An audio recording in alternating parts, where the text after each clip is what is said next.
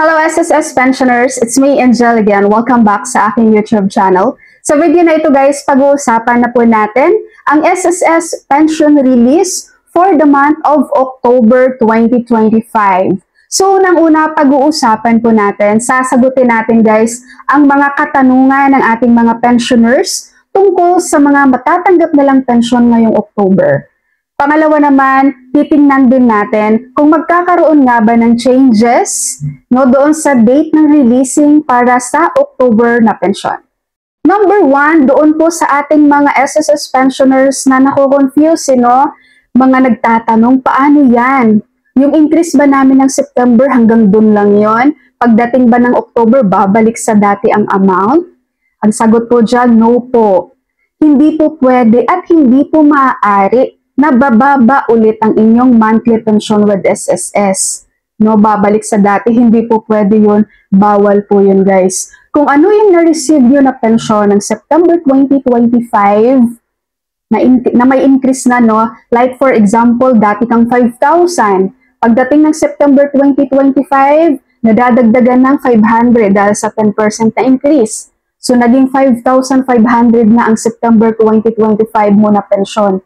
So, yun na po ang marireceive mo ngayong October, November, December, January 2026, February, March, April, May, June, July, August 2026. Dahil pagdating po ng September 2026, mag-iiba na po ang amount niyan. Tataas ulit yan dahil sa 10% ulit na increase para sa September 2026.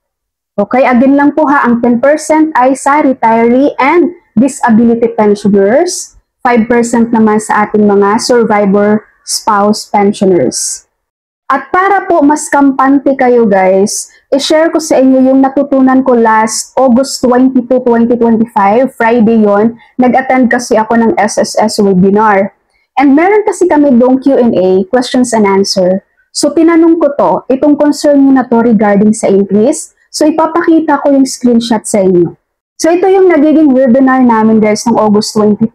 At makikita nyo dito sa box, ito yung Q&A box namin, question and answer. Itong anonymous user, yung AU, ako yan. Ako po ito. So, nagtanong ako dito, sabi ko, is the pension increase on September 2025 continuous monthly na? Like for example, from 5,000 na naging 5,500 sa September. Yan na din ba ang matatanggap on October, November, December, and so on? So, ito yung sagot ng taga-SSS guys. Itong organizer, taga-SSS po ito. Sabi niya, mabuting araw. Regarding pension, yes po. Iyan na ang kanilang magiging pension. Okay, so SSS pensioners, malinaw po sa inyo guys hindi na po bababa ang pension na natanggap nyo na may kasamang increase nitong September 2025. Alright, so ngayon naman, number 2, alamin natin kung meron bang pagbabago sa pag-credit sa release ng inyong pensyon ngayong October 2025. Pero kapag ikaw pensioners guys na matagal ka ng pensioner ni SSS, kabisado mo na kung kailan pumapasok yan sa account mo ang iyong pensyon, kahit huwag mo nang tapusin tong video na to. Pero para po sa mga baguhang pensioner ni SSS, tapusin nito itong video na to guys para maging aware din kayo. Okay, so para po sa mga baguhang SSS pensioners dyan, si SSS po, meron po tayong circular number 2020-024. So ito po ay revised schedule ng monthly pension release. Dito natin makikita guys kung kailan papasok sa account natin ang ating monthly pension with SSS.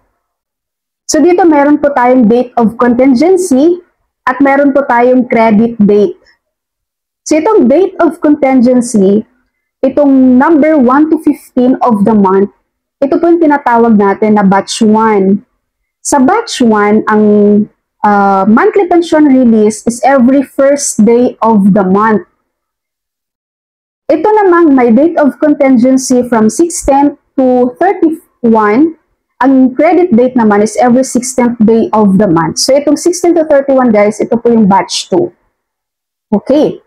So ngayon, ang sabi dito ni SSS, if the credit date falls on a Saturday, Sunday, or holiday, the pension shall be credited on the last working day before the Saturday, Sunday, or holiday.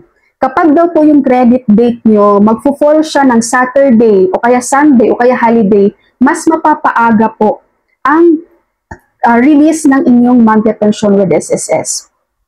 So ngayon, ito-check natin ngayong release ng October 2025 kung may matatamaan ba sa weekends or holiday. So unahin po natin si Batch 1. Si Batch 1 na may contingency ng 1 to 15, ang kanyang credit date is every first of the month, di ba? So yung October 1 is Wednesday. So hindi naman to holiday, guys. So ibig sabihin, walang pagbabagong mangyayari sa release date ng Batch 1. Sa Batch 2 naman, may contingency ng 16 to 31, ang credit date is every 16th of the month. So, ang October 16 para sa Batch 2 ay Thursday, so hindi rin siya holiday. And take note lang din po sa ating mga pensioners dyan, minsan guys, nakadepende po sa bank nyo ang date ng release ng pension. Meron kasi ditong bank na ang aga lagi ng release. May ibang bank naman guys na delay talaga silang mag-credit. Alright, SSS pensioners, that's all for my video for today. Thank you so much for watching, everyone. God bless you all.